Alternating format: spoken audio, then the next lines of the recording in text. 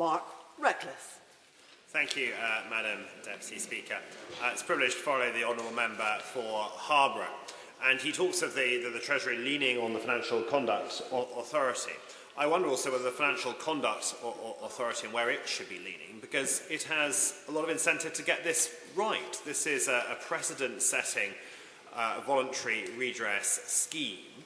And in principle, it seems a good idea that if there is a class of customers who have been not treated fairly by the banks contrary to their regulatory principles, then there should be a voluntary scheme to identify who is in that class, what is the quantum of loss and what is the proper way to compensate them. And if that can be done in that way, rather than via the Ombudsman or via the courts, then there are the scope for significant cost savings, but also potentially a fair and proper system.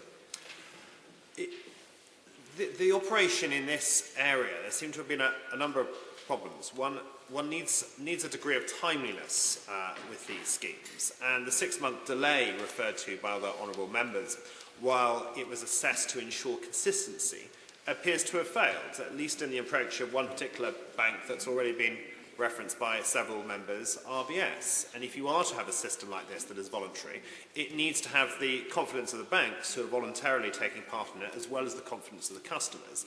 Unless there's a consistency of approach, and if one bank is allowed to get away with not compensating in large areas where other banks are compensating, then neither this nor future schemes will have the confidence of its users or providers.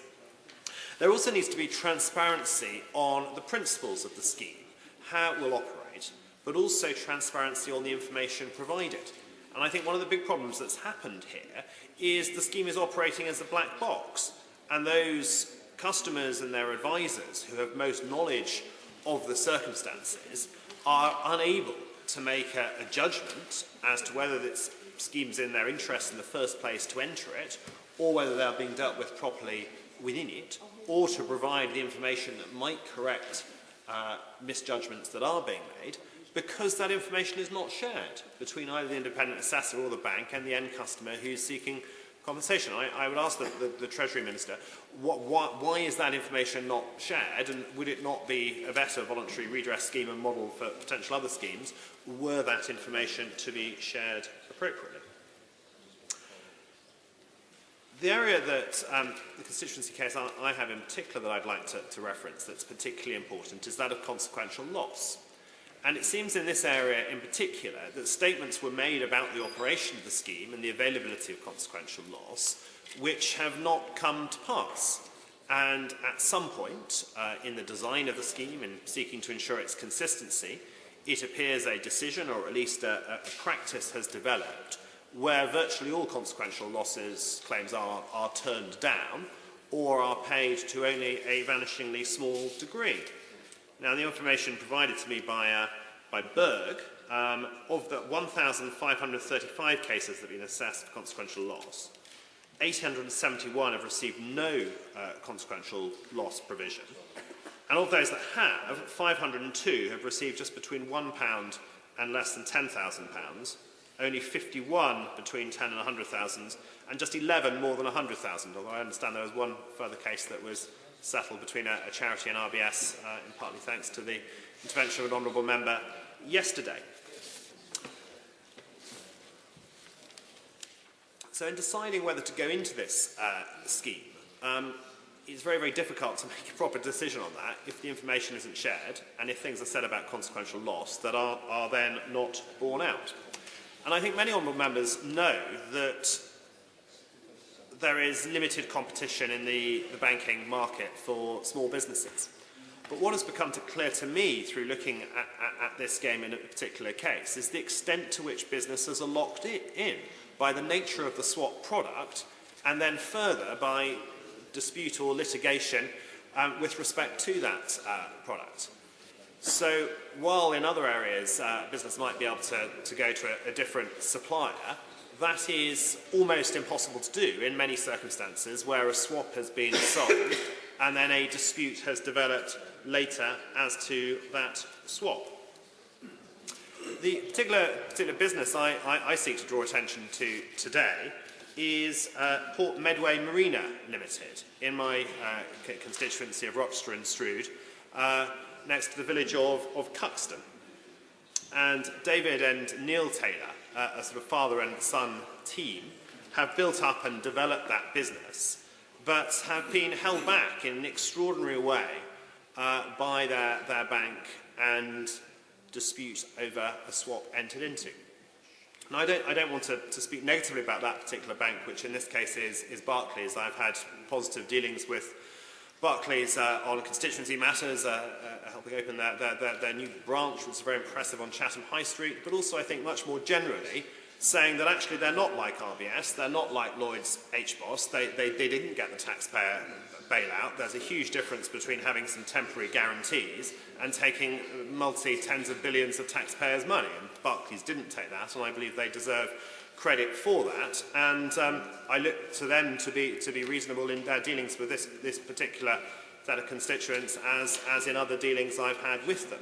And it may be it's the redress scheme that is causing the problems rather than necessarily the relationship that might otherwise be. I give way. I thank the honourable member for giving way, and he's been rather complimentary about Barclays. But as I understand it, Barclays is one of two banks that won't pay out any redress unless the company involved also agrees to the consequential loss as well.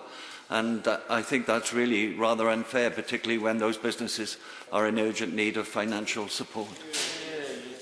I'm grateful to that intervention. I wasn't aware that Barclays was only one of two in that category. It is a particular instance with my constituents here. They have an award including interest of £140,000, but they're only allowed to get that £140,000 if they give up their claim for consequential loss. And as the honourable member says, I think that is unfair, and I would encourage Barclays to look at that again, but also to look at the specifics of the case involving Port Medway Marina Limited. And I understand generally why banks will lean against consequential loss claims and will be nervous that those consequential losses could expand unpredictably. And it is easy for a business to think, oh, well, if only we had this money, we could have done this, and to make assumptions that things would have gone well, and to have an optimistic view as to that opportunity.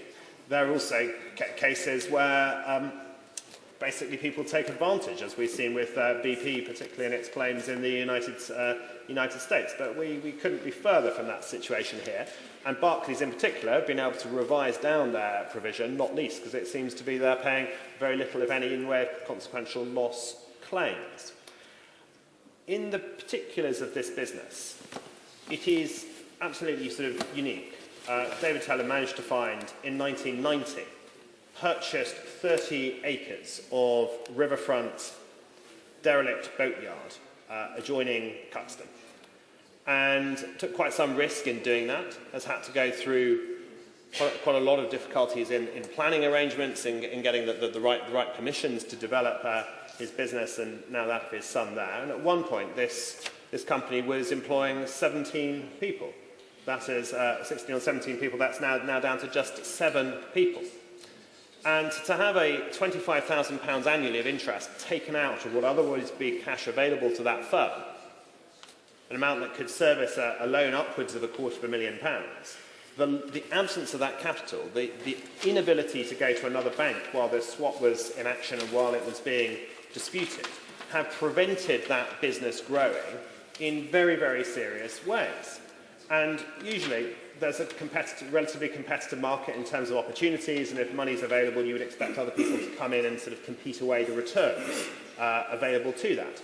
But in this case, 30 acres of this prime riverside frontage, to have dry docks, to store boats, to be able to maintain and develop those boats, is an extraordinary resource, because since 1990, the development of the property market, particularly along the banks of the Thames, has been such that where there used to be a great surplus of wharves and ability to have dry docks and to look after boats in that way, the money available to the owners of those sites to redevelop largely for residential use of those river frontage areas that can lead to huge amounts of money being made from residential development has meant that almost those sites have become unavailable across the Thames. And to look for anything, the 25, 30 acres of available land that Port Medway Marina Limited have in my constituency, you would have to go almost round East Anglia or all the way down to Southampton in order to find a facility of comparable size.